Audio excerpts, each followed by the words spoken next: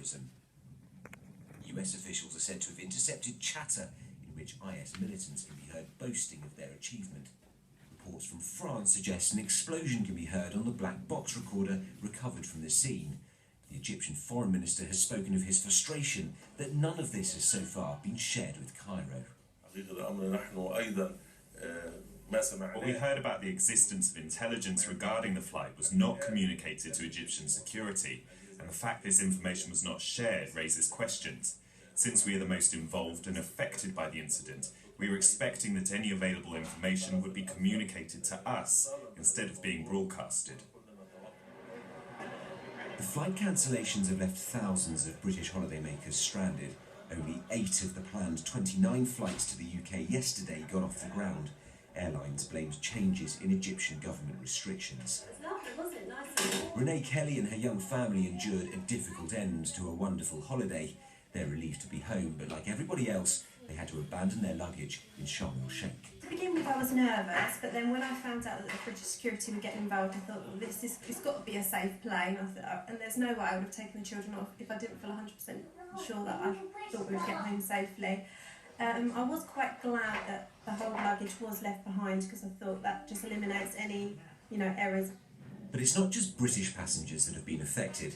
There are 79,000 Russians in Egypt who are similarly confused, anxious and angry.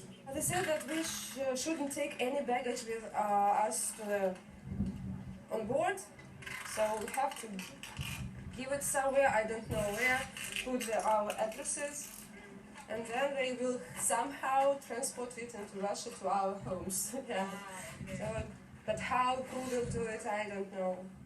Egyptian authorities are expected to give their initial verdict later on what caused the crash, and their conclusions will likely have an impact on tourism, but they'll also be judged on the way they deal with the tourists currently in their care. Richard Suchet, Sky News.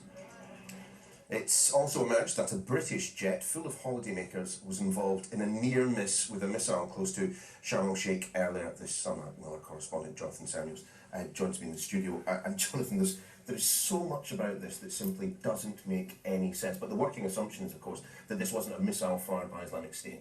That's right, yeah. We don't have many details. What we do know is that this happened a couple of months ago, the 23rd of August. It was a Thomson Holidays flight taking off from Stansted, heading to Sharm el-Sheikh, had 189 people on board. Now, as this aircraft approached Sharm el-Sheikh airport, the crew in board the cockpit noticed a rocket or a missile within 1,000 feet of that aircraft. Now, it landed safely. The passengers were never told about the incident, but today the Department for Transport has confirmed that this incident did happen. This is what they say. We investigated the reported incident at the time and concluded that it was not a targeted attack and was likely to be connected to routine exercises being conducted by the Egyptian military in the area at the time. But of course it does underline concerns that conflict zones can threaten a public aircraft. It raises lots of questions. For example, if the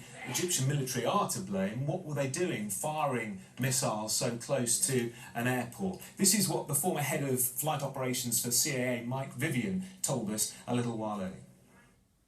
I'm surprised that it's been portrayed as a missile. It's probably more of a rocket. If it's a sophisticated missile, then of course it would have damaged the aircraft. When military exercises take place, if they take place anywhere near an airway, as it's called, that's a corridor really in the sky, they're well promulgated in advance. The airspace is closed off, and the reroutings take place. That isn't a common practice at all.